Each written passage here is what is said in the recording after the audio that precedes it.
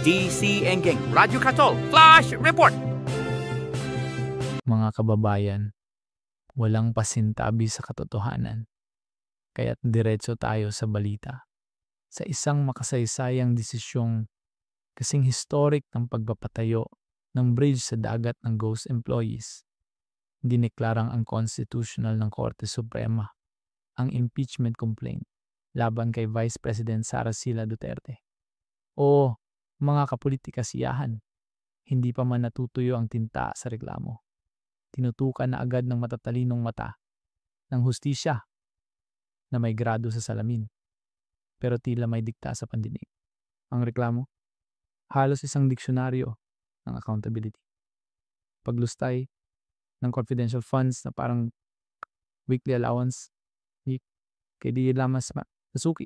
Paggamit ng pondo para sa tanggapan ng Vice President na mas marami pang billboard kaysa resibo.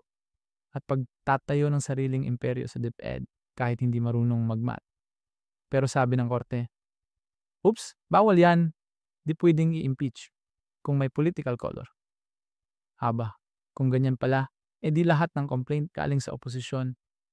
Automatically technicolor bayat. Sabay ang bulong ng masa. Di wow. Sa isang banda, may batas naman daw kasing nagsasabing hindi pwedeng maglabas ng complaint kung ito'y tila propaganda lang. Pero teka, mga kababayan, sino ang may final say kung propaganda ito?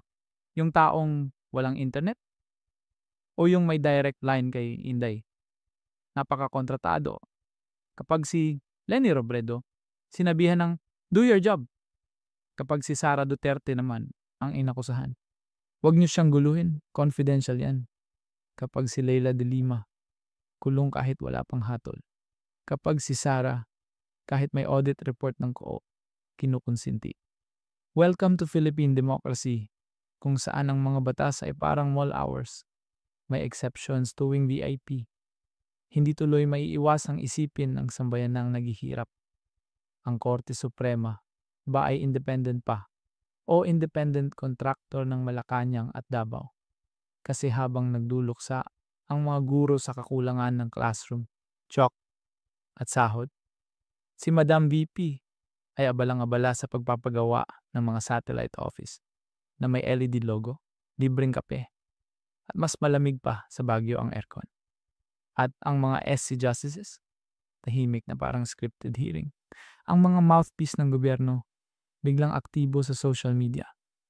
Walang basehan, walang legal standing, walang silbi.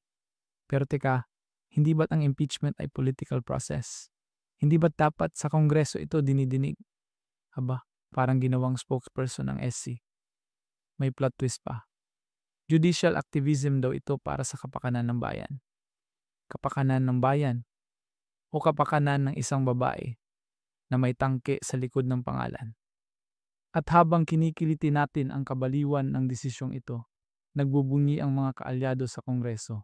Naghahanda ng amendments sa konstitusyon. May Sara Clause na daw, ang probisyon kung saan exempted ka sa accountability basta't may apelidong Duterte at may loyalty card sa China. Kamusta naman ang taumbayan? Ayun, tila langgam sa picnic. Pinagpipistahan ng sistema. Yung gustong magtanong, tinatawag na destabilizer. Yung gustong umaksyon, tinatawag na dilawan. Yung naninindigan, pinapalaya sa entablado. Para bang ang demokrasya natin ay nauwi sa TikTok trend. Kung hindi ka DDS, cancel ka. Sa ganitong klase ng balita, may karapatan tayong magtanong. Sino pa ang pwedeng umakto laban sa katiwalian kung mismong kataas-taasang hukuman ay naging tagapagtanggol ng kapangyarihan?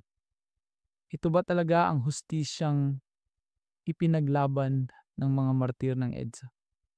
Ito ba ang katarungan na ipinangangalandakan ng mga tagapagsalita sa kanilang mga podyo?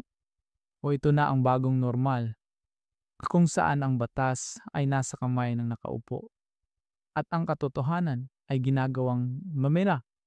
Sa bandang huli, hindi lang ito usapin ng legalidad. Ito'y malinaw na pang-uupak sa prinsipyo ng check and balance. At kung ganito ang magiging direksyon ng mga institusyon, baka sa susunod, pati pagsasampa ng reklamo, ay kailangan muna ng clearance sa Davao. Ito ang balitang panggulo na di sigurado. Ito ang Radyo Katol. Steve Rush Natnash, DSC Engeng. DC Engeng, Radio Katol, Flash Report!